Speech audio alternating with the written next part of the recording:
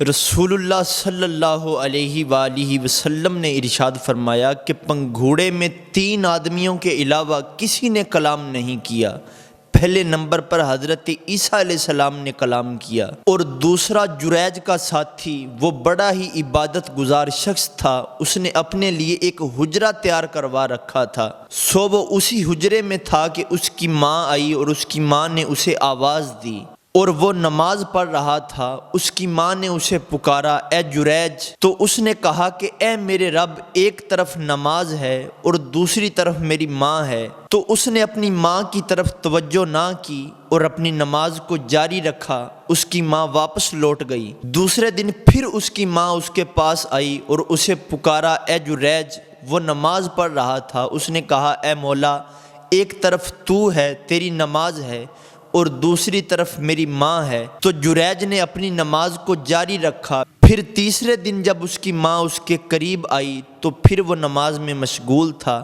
اس کی ماں نے آواز دی، اے جریج، تو اس نے کہا، اے مولا، ایک طرف میری ماں ہے اور ایک طرف نماز ہے۔ تو اس نے اپنی نماز کو جاری رکھا۔ تو اس کی ماں نے کہا، اے مولا، اسے اس وقت تک موت نہ دینا کہ جب تک یہ بدکارہ عورتوں کے چہرے نہ دیکھ لے۔ وہ اتنا عبادت گزار شخص تھا کہ بنی اسرائیل جریج اور اس کی عبادت کی باتیں کیا کرتے تھے۔ ایک بڑی حسین و جمیل عورت تھی کہ جس کا حسن ضرب المثل تھا۔ اس نے کہا کہ اگر تم چاہو تو میں اس کو آزمائش میں مبتلا کر دوں۔ تو وہ بدکارہ عورت اس کے پاس گئی تو جریج نے اس کی طرف توجہ ہی نہ دی۔ پھر وہ ایک چرواہے کے پاس گئی جو اس کے حجرے کے بالکل قریب تھا، تو اس عورت نے اس کو اپنے نفس پر قدرت دی۔ وہ چرواہا اس عورت سے ہم بستر ہوا اور وہ حاملہ ہو گئی۔ تو جب اس عورت نے بچہ جنا تو وہ کہنے لگی کہ یہ جریج کا بچہ ہے۔ تو لوگ جریج کے پاس آئے اور اس کو حجرے سے باہر نکالا۔ لوگوں نے حجرے کو گرا دیا اور اس کو پیٹنے لگے۔ تو جریج نے کہا کہ اے لوگو، تمہیں کیا ہو گیا ہے؟ تو لوگوں نے کہا کہ تم نے اس بدکارہ عورت سے زنا کیا ہے اور پھر اس عورت سے بچہ پیدا ہوا ہے۔ تو جریج نے کہا کہ بچہ کہاں ہے؟ تو لوگ اس کے پاس بچے کو لے کے آئے۔ تو جریج نے کہا کہ پہلے میں نماز پڑھ لوں۔ پھر اس نے نماز پڑھی۔ جب نماز پڑھ کر فارغ ہوا تو وہ بچے کے پاس آیا اور جریج اس بچے کے پیٹ پر ہاتھ مار کر کہنے لگا کہ اے لڑکے، تیرا باپ کون ہے؟ تو اس بچے نے کہا کہ فلاں چرواہا۔ تو لوگ جریج کی طرف بڑھے اور اس کو چومنے لگے اور حصول برکت کے لیے، برکت حاصل کرنے کے لیے اس کے جسم کو چھونے لگے۔ لوگوں نے کہا، اے جریج، تمہارا حجرہ ہم تم کو سونے کا بنا کے دیتے ہیں۔ تو جریج نے کہا کہ مجھے اس کی ضرورت نہیں۔ جریج نے کہا، تم ایسا کرو کہ جس طرح پہلا میرا حجرہ مٹی کا تھا اسی طرح کا مجھے حجرہ بنا دو۔ تو انہوں نے جریج کا حجرہ بنا دیا، اور ایک بچہ جو اپنی ماں کا دودھ پی رہا تھا، تو ایک گھوڑے پر سوار آدمی جو صورت اور لباس کا بھی حسین تھا، وہ وہاں سے گزرا۔ تو بچے کی ماں نے کہا، اے اللہ، تو میرے بیٹے کو بھی اس جیسا حسین بنا دے۔ تو بچے نے اپنی ماں کا پستان چھوڑ دیا اور کہنے لگا کہ یا اللہ، مجھے تو اس جیسا نہ بنانا۔ پھر وہ دوبارہ پستان کی طرف متوجہ ہوا اور دودھ پینے لگا۔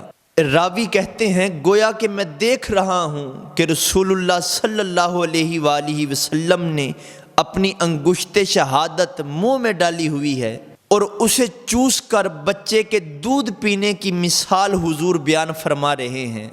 پھر فرمایا کہ کچھ لوگ ان کے پاس سے گزرے جو لونڈی کو مار رہے تھے اور کہہ رہے تھے کہ تم نے بدکاری کی ہے، تو نے چوری کی ہے، اور وہ عورت کہہ رہی تھی کہ مجھے اللہ کافی ہے، وہ میرا بہتر کارساز ہے۔ تو اس بچے کی ماں نے کہا کہ یا اللہ، میرے بیٹے کو اس جیسا نہ کرنا۔ تو بچے نے دودھ پینا چھوڑ دیا اور اس لونڈی کی طرف دیکھنے لگا اور کہنے لگا، اے اللہ، مجھ کو اس جیسا ہی کر دے۔ یہاں ان دونوں ماں بیٹے نے اس بات کو دہرایا۔ ماں نے کہا کہ ایک بڑا حسین آدمی یہاں سے گزرا، تو میں نے کہا، اے اللہ، میرے بیٹے کو اس جیسا بنا دے، تو نے کہا کہ مجھے اس جیسا نہ بنا۔ ماں نے کہا، پھر لوگ اس لونڈی کو لے کر گزرے جو اس کو مار رہے تھے، کہہ رہے تھے کہ تو نے چوری کی ہے، تو نے بدکاری کی ہے۔ تو میں نے کہا یا اللہ میرے بیٹے کو اس لونڈی جیسا نہ بنانا، تو تو نے کہا اے اللہ مجھ کو ایسا ہی بنا دے۔ تو اس بچے نے بڑا خوبصورت جواب دیا، کہنے لگا کہ وہ شخص ظالم تھا، تو میں نے کہا اے اللہ مجھ کو اس جیسا نہ بنا۔ اور اس عورت کو لوگ کہہ رہے تھے کہ تو نے بدکاری کی ہے، حالانکہ اس نے بدکاری نہیں کی تھی۔ اسے لوگ کہہ رہے تھے کہ تو نے چوری کی ہے، اس نے چوری نہیں کی تھی۔ اس لیے میں نے کہا کہ یا اللہ مجھ کو اس عورت جیسا بنا دے۔ تو ناظرین، اللہ تبارک و تعالی ہم کو بھی ان جیسا بنائے جو راہ راست پر چلتے ہیں، جو حق بات کہتے ہیں۔ اللہ تبارک و تعالی ہم پر اپنا خاص فضل و کرم فرمائے۔ وما توفیقی الا باللہ۔